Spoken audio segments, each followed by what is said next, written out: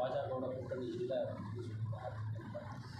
அதாவது ஒரு கட்சியினுடைய தலைவர் கூட்டணி வைத்துக்கிறதும் வைக்காததும் வந்து அவருடைய சொந்த விருப்பம். அது என்னுடைய பொறுத்தவரை என்னுடைய விருப்பம் எதுனாக்கி இன்றைக்கி தமிழ்நாட்டில் நடைபெறுகிற அந்த ஆட்சி வந்து இது மக்களுக்கு எதிரான ஆட்சின்னு தான் நான் சொல்லுவேன். இந்த ஆட்சியை அகற்றணும் அப்படின்னாக்கி எல்லாரும் ஓரணியில் சேர்ந்தால் அதனுடைய வாய்ப்புகள் அதிகமாக இருக்கும். அதனுடைய அடிப்படையில் நாட்டு மக்களின் நலன் கருதி அந்தந்த கட்சித் தலைவர் அவர்கள் முடிவு எடுக்க வேண்டுமே தவிர அவர்கள் எடுத்திருக்க முடிவுக்கு நான் எந்த கருத்தும் சொல்ல முடியாது. அதிமுக இபிஎஸ் தலைமையான அதிமுக கூட்டணியில் பிஜேபி வந்துட்டாங்க. ஏற்கனவே டிடிவி தினகரன் ஓபிஎஸ் கூட்டணியில் இருக்காரு.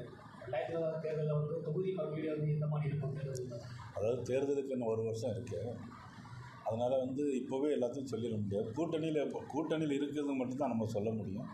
அது ஒரு பேச்சுவார்த்தை நடக்கும்போது யார் யாருக்கு எந்தெந்த தொகுதி எத்தனை சீட்டு அப்படிங்கிறத அந்த தேர்தல் கூட்டணி ஆரம்பித்தவங்க நம்ம சொல்லிடணும். அதுக்குள்ள நீங்கள் ரொம்ப அவசரமாக இருக்கிறீங்க, கொஞ்சம் பொறுமையாக இருங்க, பார்த்துக்கிட்டு நம்ம ஓகே சார் கூப்பிடல அப்படின்னு வருத்தம் அப்படின்னு சொல்லி ஓகே சரியாக செஞ்சுருக்காரு. இன்னைக்கு கூப்பிடாத வருத்தமாக இருக்குது அப்படின்னு சொல்லியிருக்காரு. கூட்டணியில் இருக்காரு. இல்லை, அன்றைக்கி அவர் கூட்டணியில் இருக்கிறாரு, அதில் ஒன்றும் சந்தேகம் இல்லை.